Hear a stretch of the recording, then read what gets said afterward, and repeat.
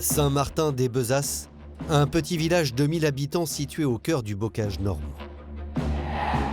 Ce 12 juin 2014, les gendarmes de Caen débarquent dans cette grande maison bourgeoise. À l'arrière de la bâtisse, ils creusent au fond du jardin, près de l'ancien pigeonnier. Au premier coup de pelle, des os sont apparus. Ils retrouvent la totalité du squelette. Il était à 30-40 cm sous terre. Ce petit squelette est celui d'une femme. Les analyses ADN détermineront qu'il s'agit de Christine Bermès, l'ancienne propriétaire de la maison. Une jeune mère de famille qui avait mystérieusement disparu 16 ans plus tôt. Elle était face contre terre et les mains dans le dos.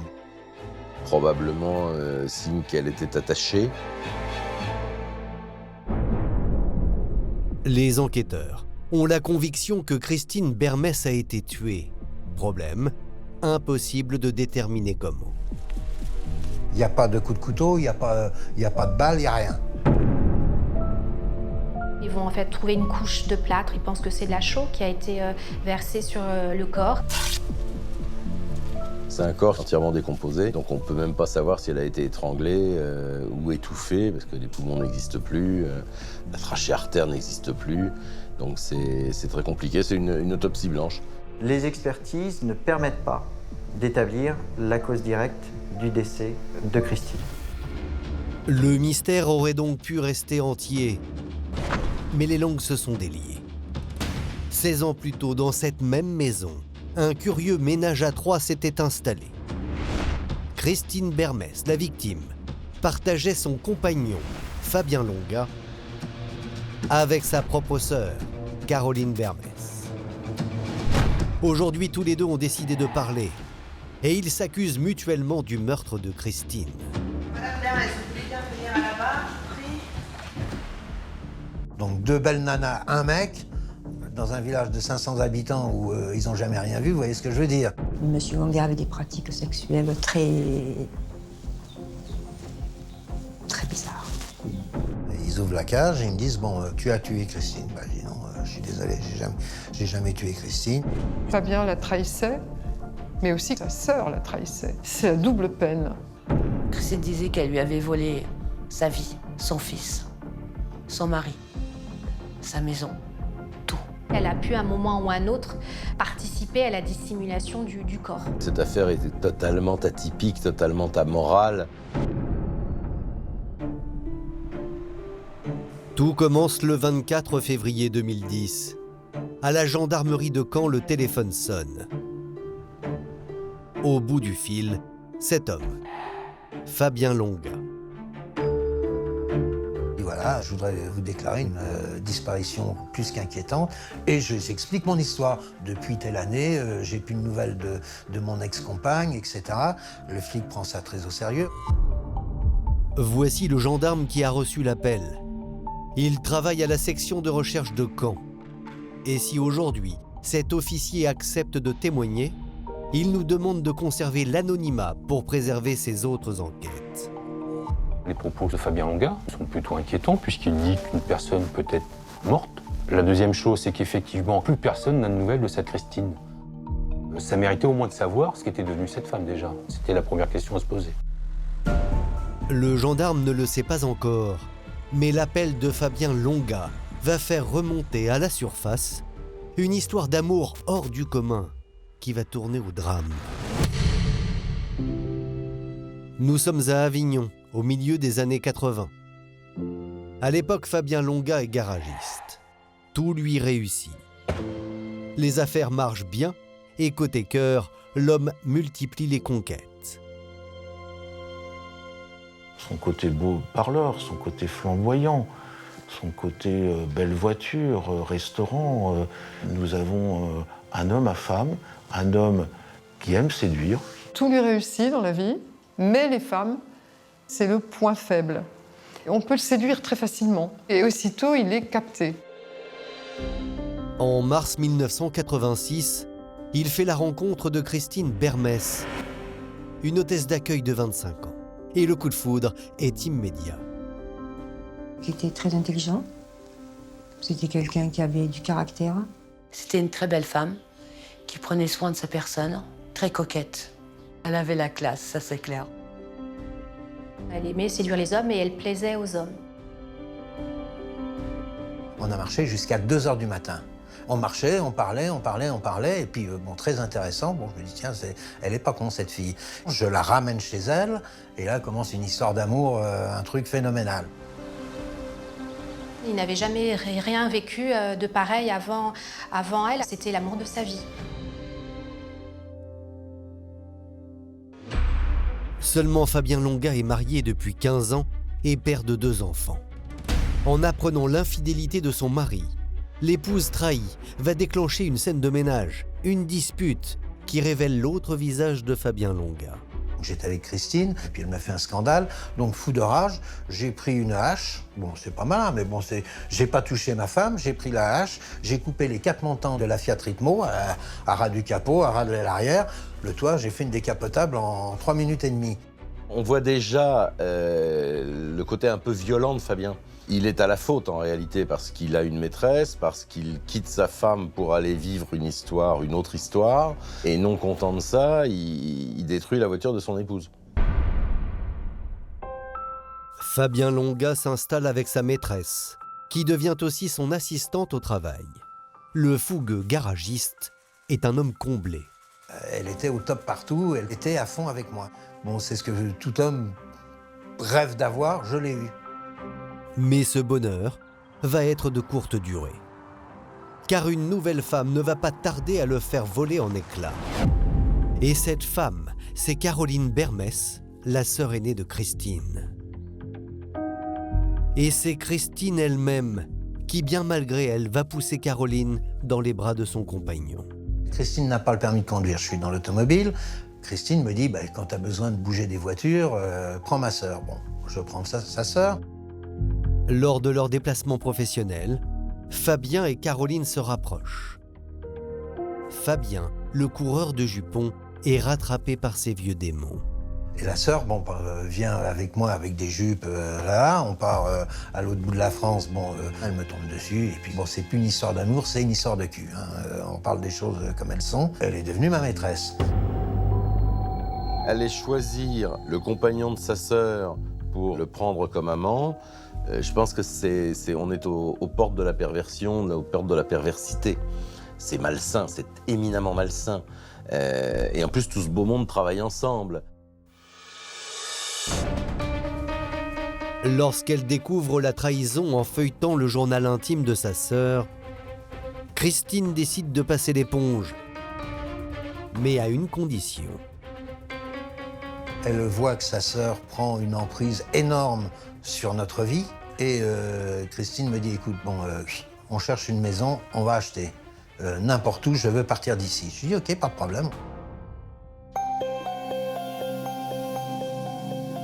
Pour repartir de zéro après la découverte de la relation avec Caroline, ils achètent, ils en deviennent propriétaires, une maison d'habitation, un terrain à Saint-Martin-des-Bezasses, du côté de Vire. Une putain de maison, un truc énorme, je sais plus, 450 ou 500 mètres carrés, le truc, le rêve, et pour une misère. Dans ce village isolé et peu animé, tout laisse penser que Fabien et Christine, désormais parents d'un petit garçon, vont retrouver une vie tranquille. Il y a pourtant un problème de taille. Même loin d'Avignon, le couple ne réussit pas à couper les ponts avec Caroline.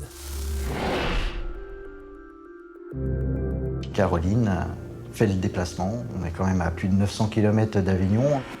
Et Caroline revient s'immiscer dans leur vie.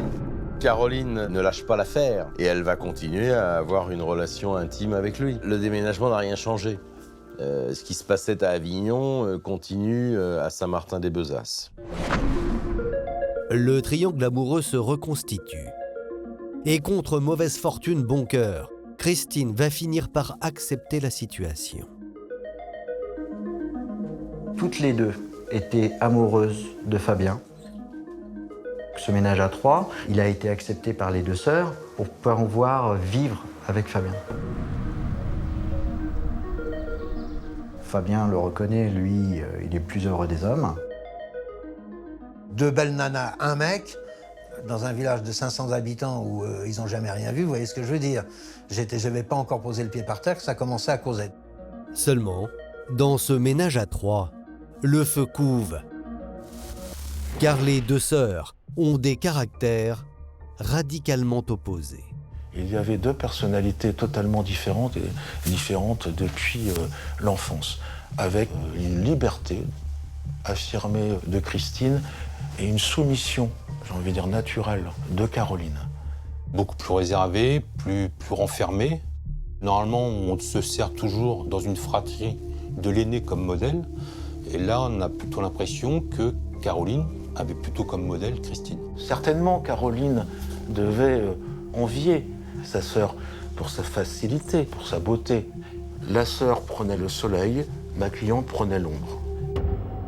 Alors au fil du temps, entre Christine, la compagne officielle de Fabien, et Caroline, la maîtresse, la situation s'envenime. Il y a une vraie rivalité entre ces deux femmes. Elles veulent Fabien pour elles toutes seules et elles ne veulent pas le partager. Il y avait une ambiance, mais insupportable. Une rivalité sexuelle entre les deux sœurs. Pour moi, ça devient compliqué, un peu incompréhensible, puis après, carrément inquiétant. J'ai jamais vu de violence entre elles. Par contre, bon, les mots, il y avait peu de mots, mais quand il y avait des mots, c'était quand même assez violent. Hein. Alors le duel entre les deux sœurs aurait-il pu virer au meurtre? C'est justement ce que des années plus tard, Fabien Longa va déclarer aux gendarmes. En 2010, lorsqu'il téléphone à la gendarmerie de Caen, Fabien Longa ne va pas y aller par 4 chemins. Il affirme savoir qui est à l'origine de la disparition de son ex-compagne, Christine Bermès. Il s'exprime calmement, il est posé, il va faire état de ses suspicions et sous-entendre qu'il soupçonne Caroline Bermès d'avoir tué sa sœur Christine. Oui, j'ai dit Caroline pourrait être impliquée. Et voici ce qui, selon lui, mettrait sa maîtresse de l'époque en tête de la liste des suspects. D'abord, souvenez-vous, la rivalité avec sa sœur.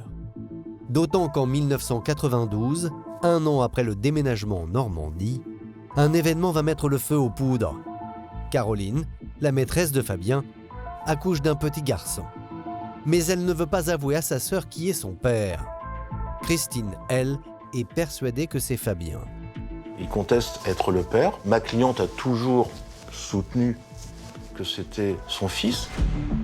Fabien n'a jamais reconnu officiellement l'enfant de Caroline, mais Christine se sent une nouvelle fois trahie. Des tensions qui apparaissent, des disputes.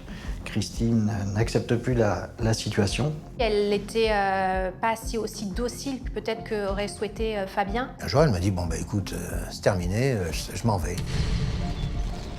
Donc elle rentre à Avignon, elle reste 8 jours à Avignon, elle remonte, reste 8 jours à Saint-Martin, elle repart, et c'est des allers-retours sans cesse. Elle revenait à chaque fois. Le souci, c'est qu'elle n'avait pas d'activité, pas de travail, donc c'était peut-être aussi difficile pour elle de vivre et de s'en sortir financièrement. Une nouvelle fois, Christine demande à Fabien de choisir. Mais l'homme n'est pas vraiment prêt à rentrer dans le rang. Elle partait, il venait me chercher. Il me ramenait, il a récupéré. Et après, c'était son cinéma. Christine est partie, tu reviens. Mais voilà. Je disais, écoute, tu arrêtes, quoi. C'est fini, c'est l'une ou c'est l'autre, mais c'est pas possible de continuer comme ça. Il y a tous les ingrédients pour que les choses se passent mal. La rivalité amoureuse ne serait pas le seul mobile du crime. Aux enquêteurs, Fabien Longa avance un autre argument. Sa maîtresse, Caroline Bermès, aurait détourné l'argent de sa sœur disparue. Bien qu'elle soit disparue à compter de 1998, l'on retrouve sa signature sur un certain nombre de documents, d'actes juridiques, alors même que plus personne n'a de signe de vie de sa part.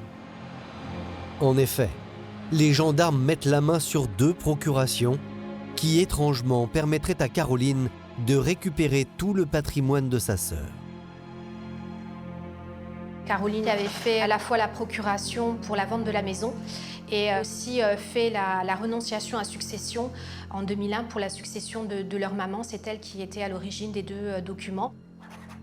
Caroline a imité la signature de sa sœur. Elle a pris la carte d'identité de Christine. Elle est allée authentifier en mairie la signature prétendument de sa sœur parce qu'il y avait une certaine ressemblance.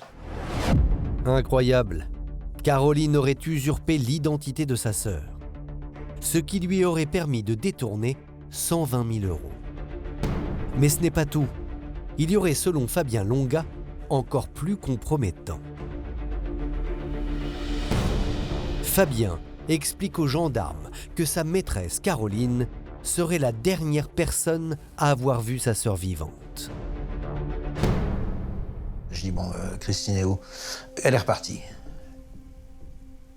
Je dis, ouais, non, ben, elle a appelé un taxi, elle est partie. Sur le coup, je trouve ça bizarre. Puis je me dis, bon, elle va peut-être m'appeler, il va peut-être se passer quelque chose. Il se passe 15 jours, il se passe 1 mois, 2 mois, 3 mois, et il ne se passe rien. J'ai des bruits de par Caroline. Tiens, Christine a appelé, c'est toujours quand je suis pas là. Elle est en Italie, elle est en Espagne. Depuis le départ précipité de Christine, seule sa sœur Caroline semble avoir gardé le contact.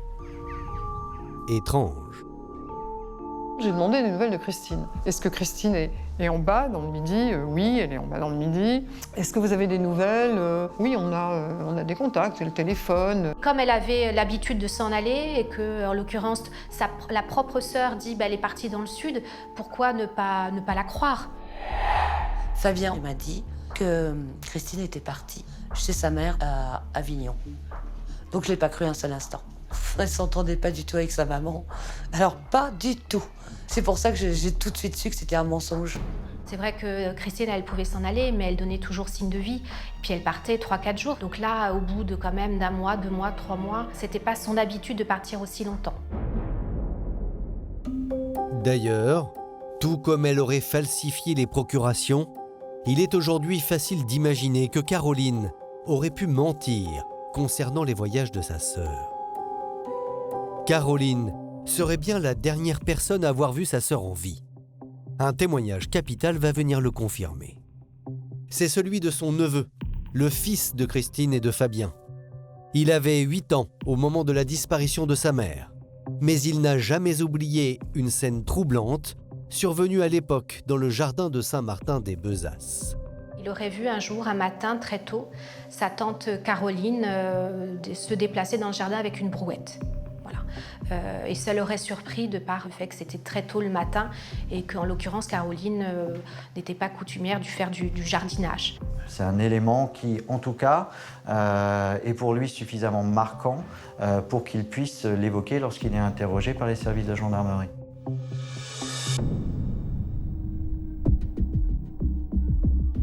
Rivalité amoureuse, détournement d'argent, présence sur les lieux le jour de la disparition.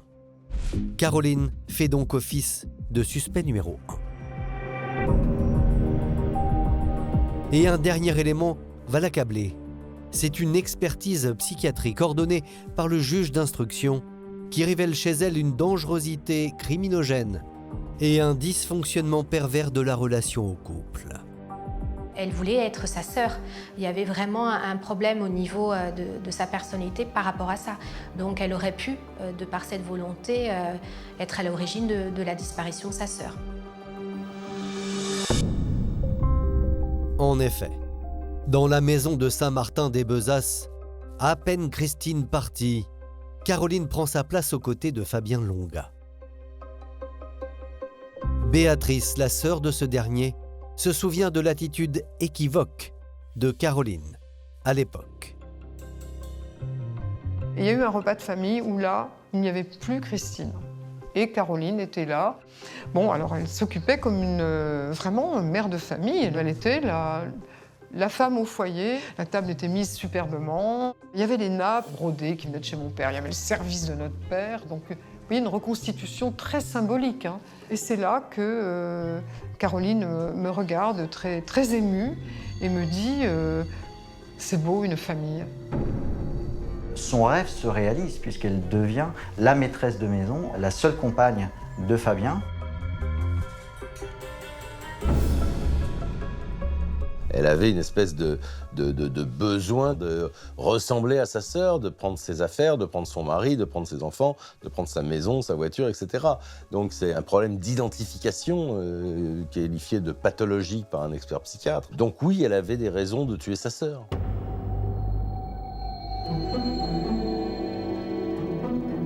Alors, Caroline Bermès, la maîtresse de Fabien, a-t-elle éliminé sa sœur?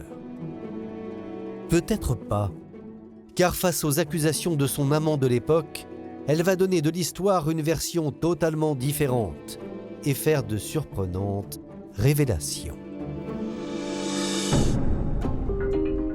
Selon elle, si Fabien l'accuse de meurtre, ce serait pour se venger de l'avoir quitté quelques semaines plus tôt. En effet, pendant 12 ans, Fabien Longa et Caroline Bermès vont vivre ensemble, au grand jour. Le couple va même donner naissance à une petite fille, avant de s'envoler en 2006 pour le Québec. Une relation qui va brutalement s'achever 4 ans plus tard, et la raison avancée sème le trouble. Lorsqu'elle se sépare de son compagnon, Caroline Bermès se réfugie dans un foyer pour femmes battues. Elle prétend que depuis la mort de sa sœur Christine, elle vit dans la peur, sous emprise. Qu'il soit avec moi ou avec elle, il était violent avec les deux. Que j'avais pas le droit de mettre des pantalons, j'avais pas le droit de couper les cheveux, j'avais pas le droit de sortir, j'avais pas le droit de travailler. Il me répétait du matin au soir, je suis poète, tu es bonne à rien, tu es bonne à rien, tu es bonne à rien. Il arrivait dans l'allée, il claquait la portière, je savais ce qu'il allait arriver. On était à table pour un rien, on prenait la casserole de petits poivres, on prenait sur la tête. Une femme, on doit l'adresser. Donc on l'adresse à coups de claque, à coups de pied. J'étais bleue de la tête aux pieds. Dès qu'il s'approchait, je mettais les mains devant, parce que je ne savais pas si ça allait s'approcher pour avoir un geste gentil ou pour mettre une claque.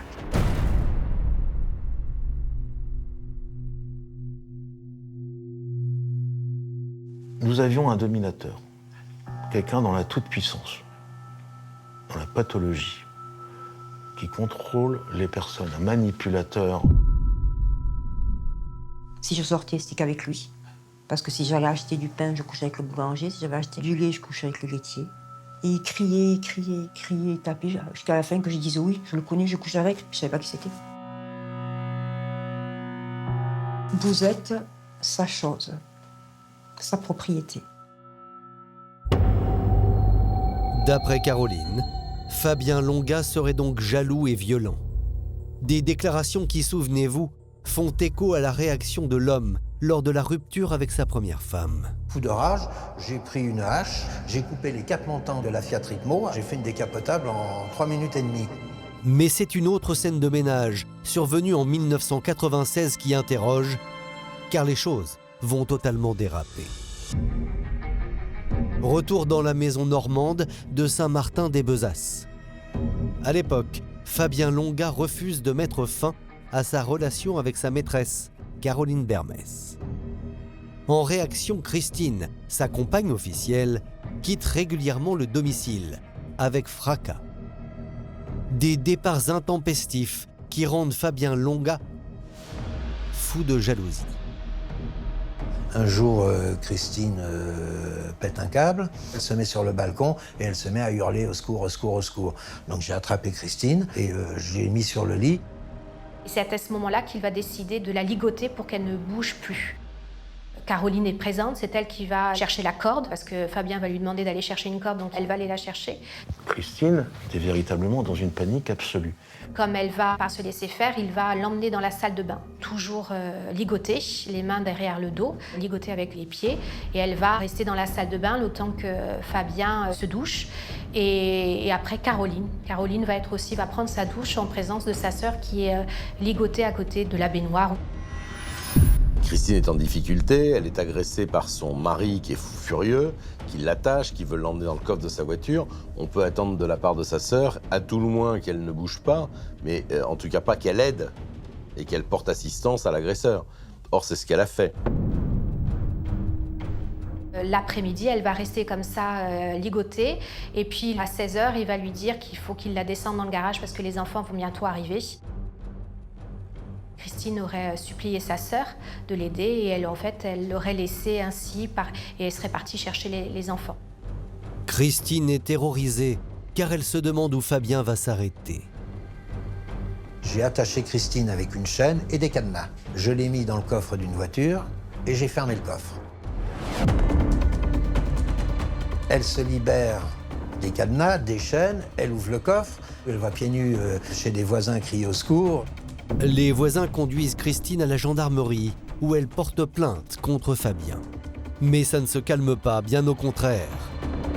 Il va l'attendre à la sortie du commissariat et va poursuivre la voiture où se trouve Christine.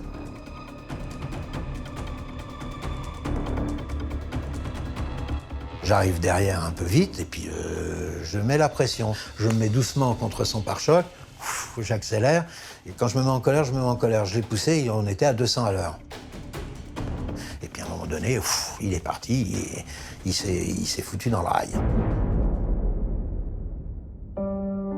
La presse locale ne se prive pas de relater l'effroyable calvaire de Christine. Et cette spectaculaire course-poursuite qui, par miracle, n'a fait aucun blessé. Ce qui vaudra à Fabien d'être condamné pour séquestration et violence volontaire. Le lendemain matin, 6 h, il y avait 50 gendarmes autour, 50 au sens propre du terme, hein, la maison encerclée, etc. Ils sont venus m'arrêter pour violence avec arme étant le véhicule, et incarcéré immédiatement à la prison. Il reconnaît qu'il peut lui arriver d'être impulsif, d'avoir des colères. Lui précise qu'il est néanmoins capable de pouvoir se contrôler, mais il reconnaît avoir eu des comportements violents en 1996 à l'égard de Christine. Il parle de claques, de gifles. Christine explique que ça allait au-delà de simples gifles. Nous sommes véritablement dans une situation là de pré-féminicide. Aujourd'hui, on dirait. À l'époque, le terme n'existait pas. Nous sommes véritablement dans une situation extrême. Dès lors, Christine décide de couper les ponts avec son bourreau et sa sœur. Elle s'est mise vraiment en face de moi. Elle me dit, mais est-ce que tu te rends compte de ce qu'ils m'ont fait? Moi, j'aimais ma sœur. Elle devait ressentir que Fabien la trahissait, mais aussi que sa sœur la trahissait. Parce que c'est quand même une double trahison, je trouve. Une fratrie, c'est la double peine. Seulement, Christine Bermès va renouer avec son agresseur. Car son talon d'Achille, la chose à laquelle elle ne peut pas renoncer, c'est son enfant. Sylvie Chardet va faire la rencontre de Christine Bermès dans un foyer pour femmes battues de la région normande. Elle va devenir sa confidente. Ce jour-là, je m'en rappellerai toute ma vie. Une belle voiture est arrivée. Son mari a sorti de la voiture, il a ouvert la porte de Christine et il l'a jetée. Il l'a jetée tout simplement hors dehors de la voiture. Elle avait un manteau de fourrure et en définitive, il a retiré le manteau de fourrure et il l'a laissé sur le trottoir. Sans domicile, sans argent, mais surtout sans son fils, Christine est désespérée. Car en raison des allers-retours incessants de la jeune mère de famille, la justice de Caen a confié la garde de cet enfant à Fabien. Et cet enfant, même si elle n'a peut-être pas toujours été là, quelque chose d'important pour elle.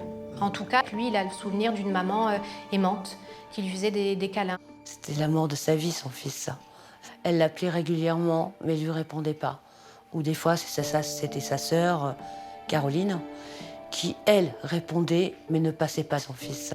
Et jamais, je suis certaine, n'a su que Christine l'appelait régulièrement.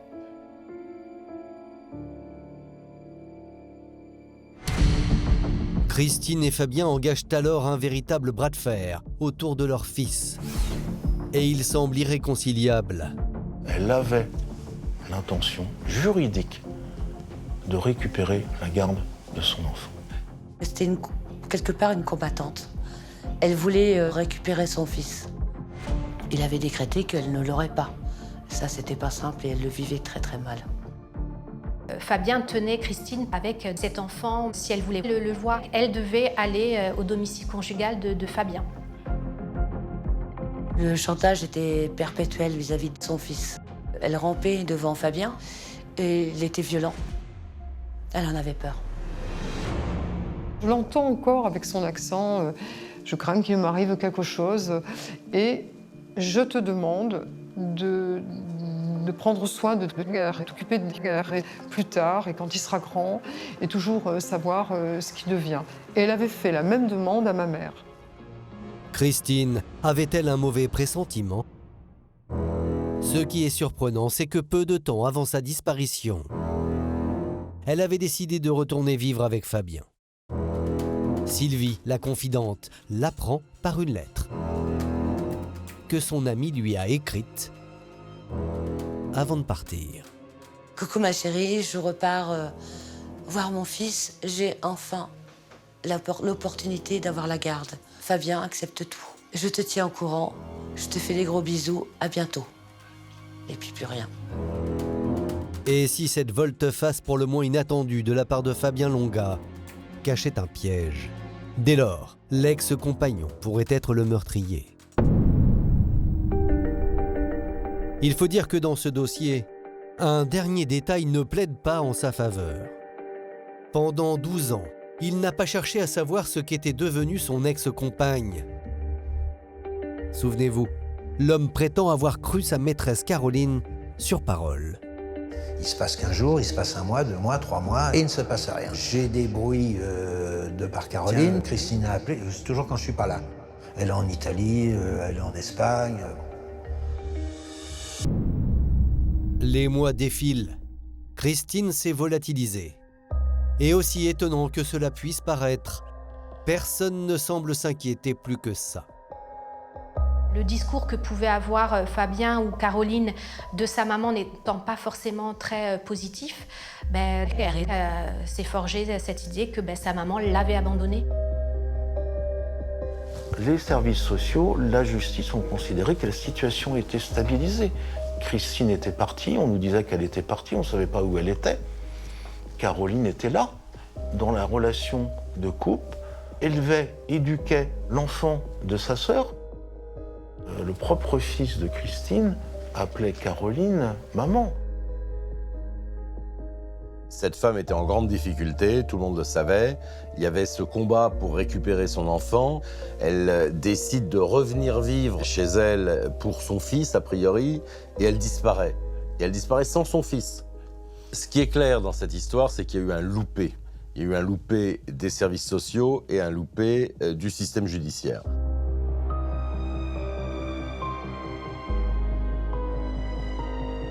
D'un côté, Fabien Longa au caractère violent et impulsif. De l'autre, Caroline Bermès, menteuse et manipulatrice. Les deux ex-amants se renvoient la balle. Et c'est à la seconde que les enquêteurs vont décider de mettre la pression.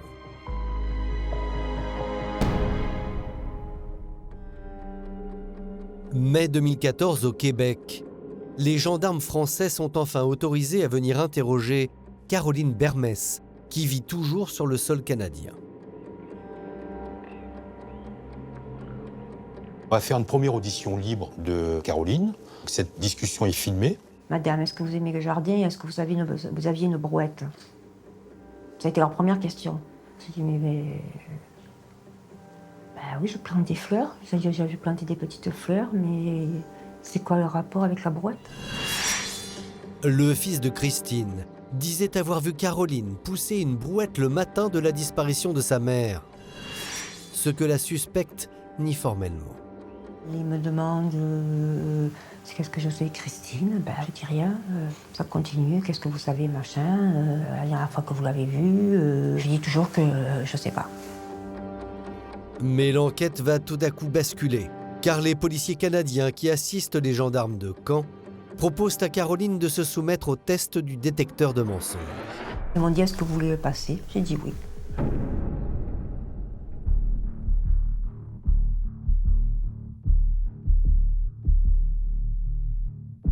La question « As-tu un rôle d'avoir ôté la vie à Christine ?» L'ordinateur va indiquer qu'effectivement, là, il y a un mensonge. C'est à partir de là, l'expert va dire « Caroline, tu mens ». Et là, elle va dire « Oui, ok ».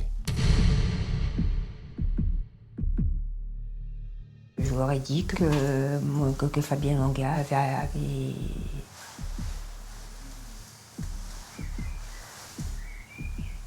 avait tué ma sœur. Je leur ai dit que je le savais, qu'il me l'avait dit, qu'il l'a tué et qu'on n'en parle plus. Elle explique que Fabien et sa sœur Christine sont allés dîner au restaurant, qu'à l'issue de cette soirée, ils se disputent dans la voiture, qu'ensuite il va l'étrangler, et qu'ensuite il va ramener le corps à la maison, le cacher dans la cave, le temps de faire le trou pour pouvoir la faire disparaître.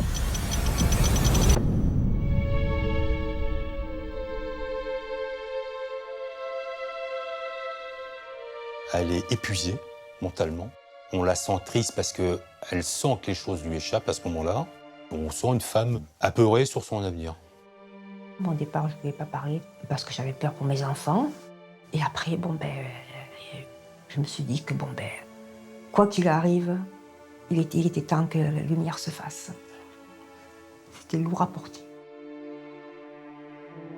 Au fond de moi, je voulais me libérer. Qu'il se passe quelque chose pour que je puisse parler. M'avouer, ça a été un mensonge. Parce que quoi qu'on en dise, j'aurais pu le refuser. Pour moi, ça a été une délivrance. Elle va dire, je pense que son corps se trouve à tel endroit. On va lui demander de refaire le schéma de l'emplacement. Elle va faire une croix. Et elle désigne un endroit en particulier qui se trouve au fond du jardin de Saint-Martin-des-Bezasses, au pied d'un pigeonnier. L'information est rapidement vérifiée par les gendarmes. C'est bien là que le 12 juin 2014, les restes de Christine Bermès sont mis à jour. Le fait qu'on retrouve le corps de Christine dans le jardin de la maison qu'habitaient Fabien et Caroline à l'époque resserre considérablement les suspects possibles. On fait un formidable pas en avant. C'est Fabien ou Caroline ou Fabien et Caroline. Suite à la découverte du cadavre de Christine dans la propriété normande, les accusations de Caroline sont prises très au sérieux. Les enquêteurs penchent désormais pour la piste du féminicide. En effet, des éléments compromettants s'accumulent contre Fabien Longa. D'abord, souvenez-vous, le terrible accès de violence au cours duquel Christine a été ligotée. Pour les enquêteurs, l'histoire aurait très bien pu se répéter 2 ans plus tard. On a ni plus ni moins la reproduction en 98 de ce qu'ils ont vécu en 1996. Les mêmes auteurs, la même victime, les mêmes faits de séquestration. Voilà, on est toujours dans un contexte de violence intrafamiliale, des femmes qui se font tuer. Sans compter que l'ex-compagnon avait un mobile. Christine et lui se disputaient âprement la garde de leur fils. Christine avait entrepris des démarches pour récupérer Reine. Une chose est certaine, c'est qu'il n'aurait jamais laissé partir Reine avec Christine. Parce que les enfants, c'est sa propriété. Et ce n'est pas tout. De l'avis des enquêteurs, seul Fabien était capable d'enterrer Christine au fond du jardin. Les gendarmes estiment que le trou qui a été réalisé ne peut pas l'être à main nue ou même avec une pelle. Dans les films, effectivement, on voit les gens creuser avec une pelle. Pour ceux qui font un peu de jardinage et d'enterrer un corps, c'est pas aussi évident. Il faut des moyens techniques. Or, effectivement, il y a un engin qui se trouve chez le voisin, qui est utilisé parfois par Fabien et qui pourrait avoir été utilisé pour creuser le trou. Mais la botte secrète des enquêteurs, ce sont des écoutes téléphoniques où Fabien Longa parle du crime avec un proche. Il y évoque un détail important, connu pourtant des seuls gendarmes. Je dis, on a retrouvé le corps de Christine. Christine a été enterrée au fond du jardin, le long du pigeonnier. À ce moment-là, il n'y avait pas l'élément encore sur l'endroit exact où avait été enterrée Christine. Il est impossible que ce monsieur pouvait connaître cet endroit, sauf si lui-même avait des informations qu'il avait pu cacher ou s'il mentait. Le 17 juin 2014, Fabien Longa est placé en garde à vue. Face aux gendarmes, il va devoir se défendre d'avoir commis le crime qu'il a lui-même dénoncé 4 ans plus tôt. Ils me disent, bon, on va arrêter de jouer au con, on a retrouvé le corps de Christine, tu as tué Christine. Bah, je dis non, je suis désolé, j'ai jamais tué Christine. Ils me disent, bon ben voilà, Caroline nous a expliqué, j'ai été au restaurant, je me suis embrouillé avec Christine sur le parking, je l'ai tuée, je suis rentré, j'ai creusé un trou, j'ai mis Christine dans le trou à minuit, à 1h du matin, je suppose, je suis monté me coucher, et je lui ai dit, tiens, réveille-toi, j'ai tué ta sœur. C'est marqué dans les rapports, hein, c'est pas moi qui l'invente. Seulement, pour Fabien Longa, il y a dans cette mise en cause quelque chose qui cloche. Si je tue Christine, je vais pas l'enterrer dans mon jardin. Souvent, on entend « est-ce que je suis assez bête pour le mettre là ? Je l'aurais fait disparaître ». C'est pas facile de faire disparaître un corps. Et très souvent, les auteurs de crimes, pour cacher leurs méfaits, vont enterrer le corps sur un terrain qu'ils maîtrisent. Puisque, à partir du moment où vous avez maîtrisé cette sépulture, vous prolongez le fait de cacher ce crime. Fabien Longa nie aussi avoir utilisé une pelleteuse pour enterrer Christine. Un scénario, selon lui, totalement absurde. Comme j'ai les pelleteuses, je vais pas le faire comme le dit Caroline à minuit, ça colle pas. J'attends un dimanche matin, je fais un trou de 10 mètres et puis je rebouche et terminé. Il n'y a pas besoin d'un engin de terrasse pour pouvoir creuser ce trou qui n'est qu'à 37 cm. Et lorsqu'on lui demande d'expliquer comment il pouvait connaître le lieu où le corps a été enterré, alors que cette information avait été tenue secrète par les enquêteurs, là encore, il ne se laisse pas démonter. Il va expliquer que c'était son avocat de l'époque qui lui aurait donné les éléments lors d'un échange sur le dossier. Elle a pris un dossier, elle m'a montré tout de suite une photo. Elle m'a dit, est-ce que vous connaissez cet endroit-là? Je dis oui, c'est le pigeonnier qu'il y a derrière la maison. Elle me dit, vous voyez, sur le côté, il y a un trou là, c'est là qu'on a retrouvé le corps de Christine.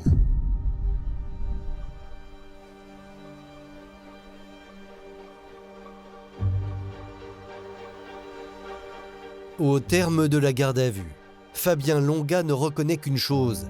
Il a menti au sujet de l'argent détourné grâce aux fausses procurations.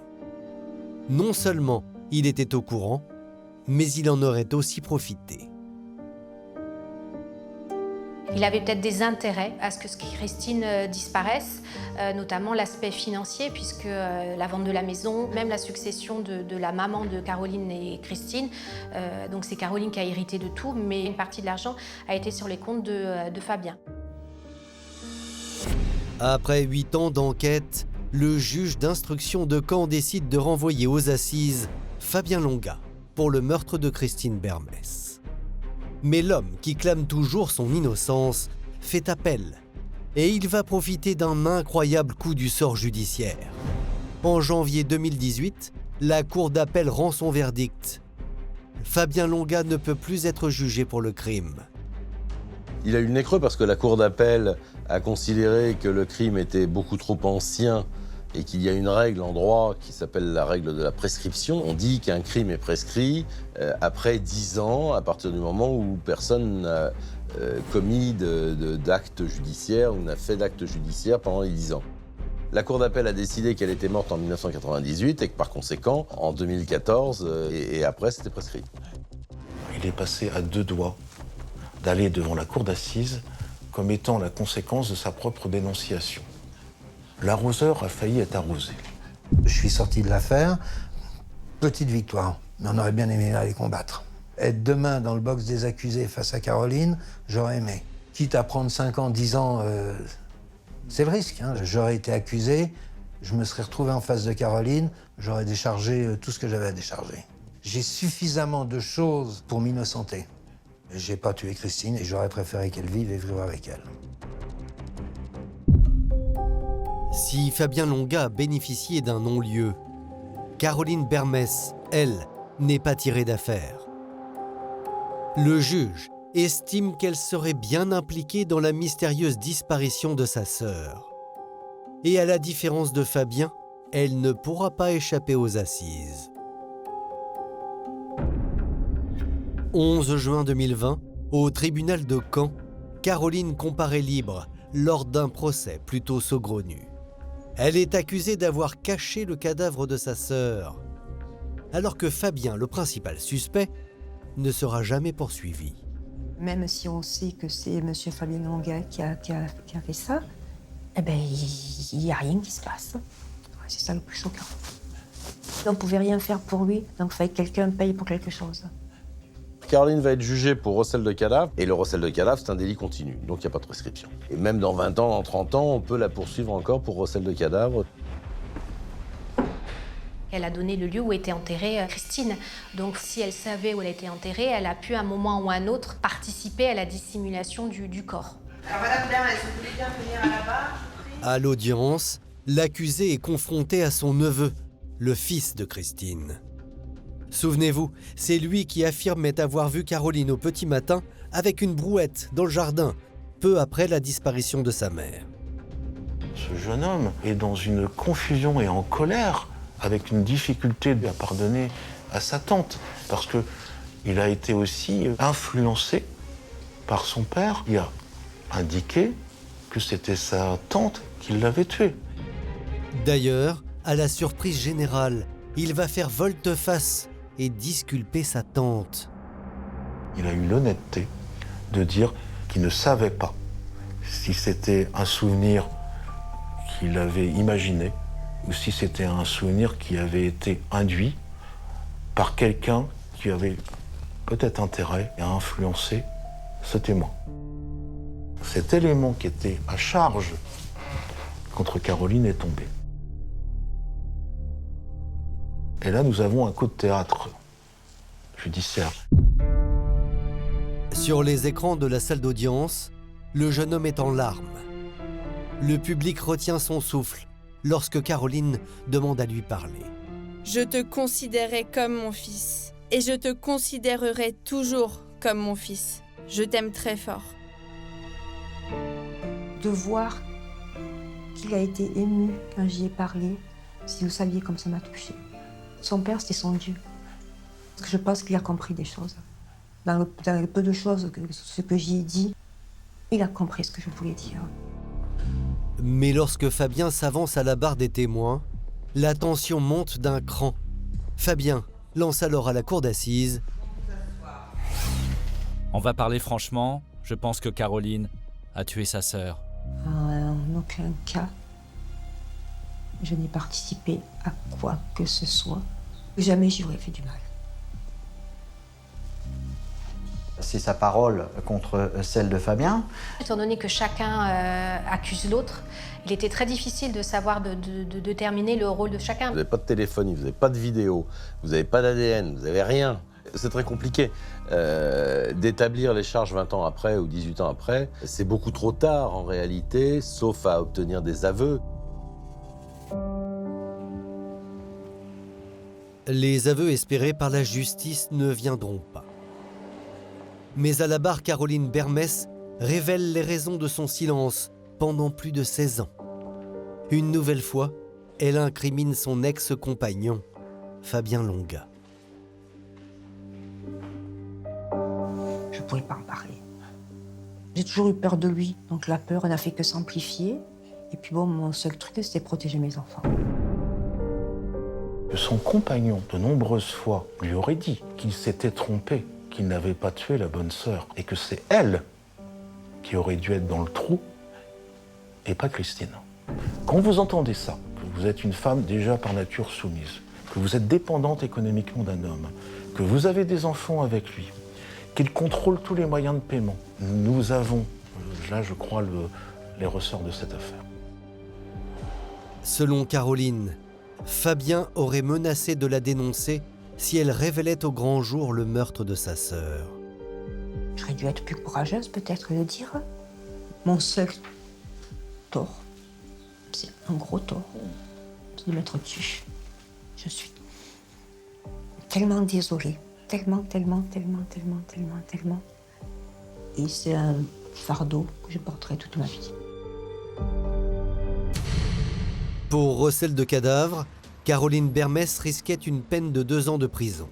Mais à la fin du procès, l'avocat général ne requiert finalement qu'une simple amende de 30 000 €, et cela uniquement pour avoir détourné de l'argent de sa sœur.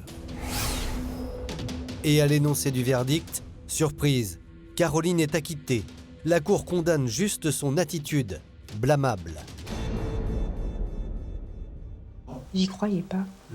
Pour moi, à aucun moment, je n'ai pensé que je pourrais retourner à ma maison libre.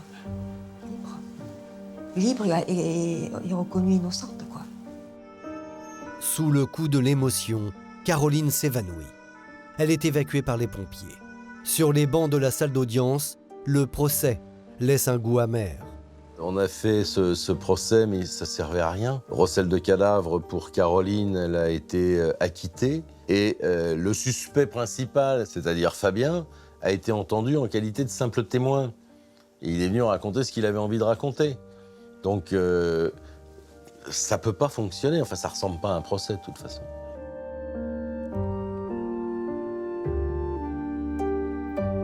Ça a permis de faire revivre ma sœur, de prouver qu'elle a existé, quoi. Je veux dire, qu'elle a été là, qu'elle n'est pas partie quelque part ou quoi que ce soit, quoi. Je veux dire, qu'elle a été victime. Au tribunal de Caen, l'affaire Bermès est définitivement classée. Le dossier se referme sur de lourds secrets. Et le meurtre de Christine ne sera jamais élucidé.